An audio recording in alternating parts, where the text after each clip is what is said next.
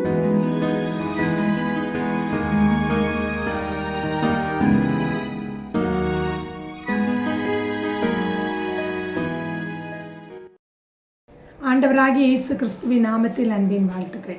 இந்த நாள் காலை மன்னா தியானிப்பதற்காக எடுத்துக்கொண்ட வேத வசனம் சங்கீதம் 119 165.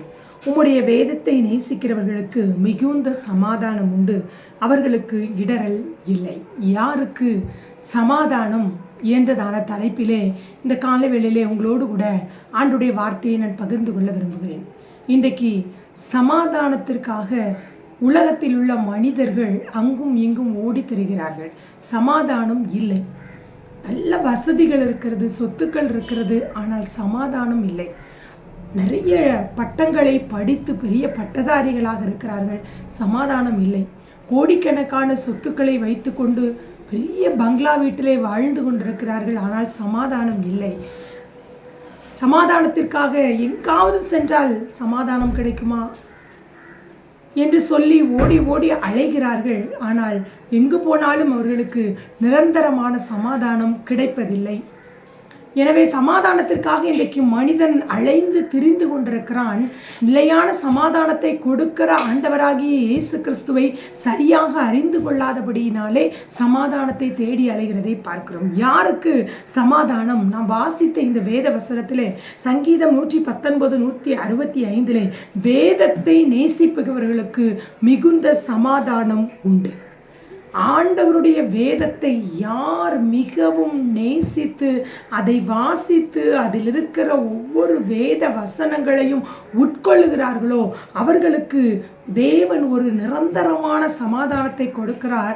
அவர்களுக்கு இடரல் இல்லை என்று நாம் வாசிக்கிறோம். அவர்கள் ஒரு நாளும் இடறி போக மாட்டார்கள். சமாதானம் இல்லை என்று ஏங்க மாட்டார்கள். சமாதானம் இல்லை என்று ஓட மாட்டார்கள். காரணம், ஆண்டவருடைய வசனத்தை அவர்கள் நேசிக்கிறபடினாலே, ஆண்டவருடைய வாக்குத்தத்தங்களை அவர்கள் சுதந்திரிக்கிறபடினாலே, அவருடைய வசனங்களை வாசிக்கும் பொழுது நமக்கு ஒரு நிம்மதி கிடைக்கிறது, ஒரு ஆறுதல் கிடைக்கிறது, ஒரு சமாதானம் கிடைக்கிறது, ஒரு விடுதலை கிடைக்கிறது.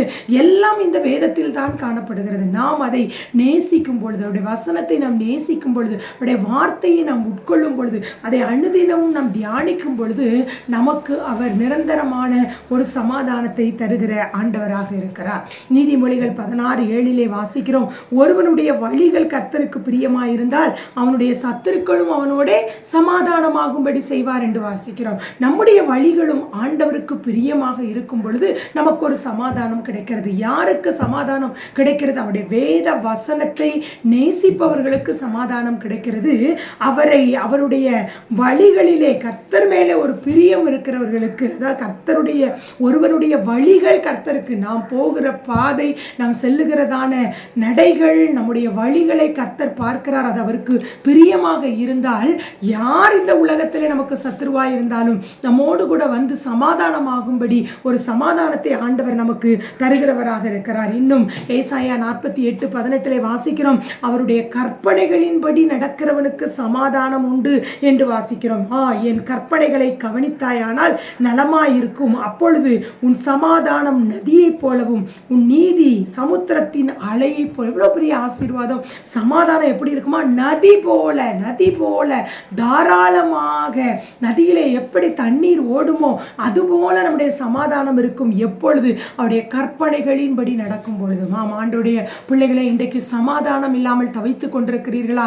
எப்பொழுது என்னுடைய சமாதானம் இமைப்பொழுதிலே கெட்டுவிடுகிறது என்று நீங்கள் நினைக்கிறீர்களா? முதலாவது ஆண்டவருடைய வசனத்தை நீங்க வாசித்து நேசிங்க. அவருடைய வசனத்தின் மேலே, அவருடைய வேதத்தின் மேலே நீங்க பிரியமா இருந்து பாருங்க. உங்க வழிகள் அவருக்கு பிரியம் உள்ளதா இருக்கட்டும். அவருடைய கற்பனைகளின்படியே நீங்கள் நடக்க முயற்சி பண்ணுங்க. நிச்சயமாக உங்களுக்கு அவர் ஒரு நிரந்தரமான சமாதானத்தை தருவார். அந்த சமாதானம் நதி போல ஓடும். அது என்றைக்கும் வற்றாத நீரூற்றை போலவும் இருக்கும். கொஞ்ச நாட்கள் சந்தோஷமா இருக்கிறேன், சமாதானமா இருக்கிறேன், அதுக்கப்புறம் கொஞ்ச நாள் என் சமாதானம் கெட்டு விடுகிறது. பொருளாதார பிரச்சனையினாலே சமாதானம் கெட்டு விடுகிறது, பிள்ளைகளினாலே சமாதானம் கெட்டு விடுகிறது, வேலை ஸ்தலத்தில் என்னுடைய சமாதானம் கெட்டு விடுகிறது, குடும்பத்தாரால் என் சமாதானம் கெட்டு விடுகிறது என்று நீங்கள் நினைக்கிறீர்களா? அவருடைய வேதத்தை நீங்கள் நேசிக்க ஆரம்பியுங்கள். ஆண்டவர் மேலே பிரியம் வைக்க ஆரம்பியுங்கள். அவருடைய கற்பனையின்படி நடக்க ஆரம்பியுங்கள். உங்களுக்கு ஒரு நிரந்தரமான சமாதானம் சமாதானம் கிடைக்கும். கண்களை மூடி ஜெபம் செய்வோம். நல்ல ஆண்டவரே, ஆசீர்வாதமான இந்த கால வேளைக்காக உமக்கு நன்றி. எனக்கு சமாதானம் இல்லையே என்று ஏங்கிக் கொண்டிருக்கிற எங்கள் பிள்ளைகளுக்காய் பாரத்தோடு ஜெபிக்கிறேன் ஆண்டவரே. கொஞ்ச நாட்கள் கூட என்னால் நிம்மதியாக வாழ முடியவில்லை.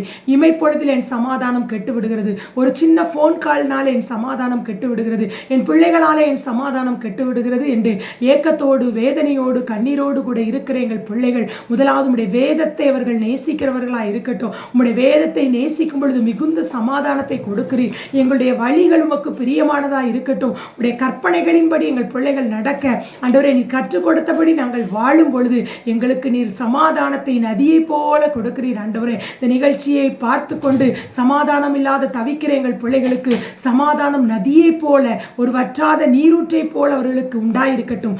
எப்பொழுதும் என்றைக்கும் சமாதானத்தோடு அவர்கள் வாழ கர்த்தர் கிருபை செய்ய வேண்டும் என்று ஜெபிக்கிறோம். இந்த நாள் அவர்களுக்கு ஆசீர்வாதமாக இருக்கட்டும். இயேசுவின் நாமத்தில் ஜெபங்களும் நல்ல பிதாவே. ஆமென். ஆமென்.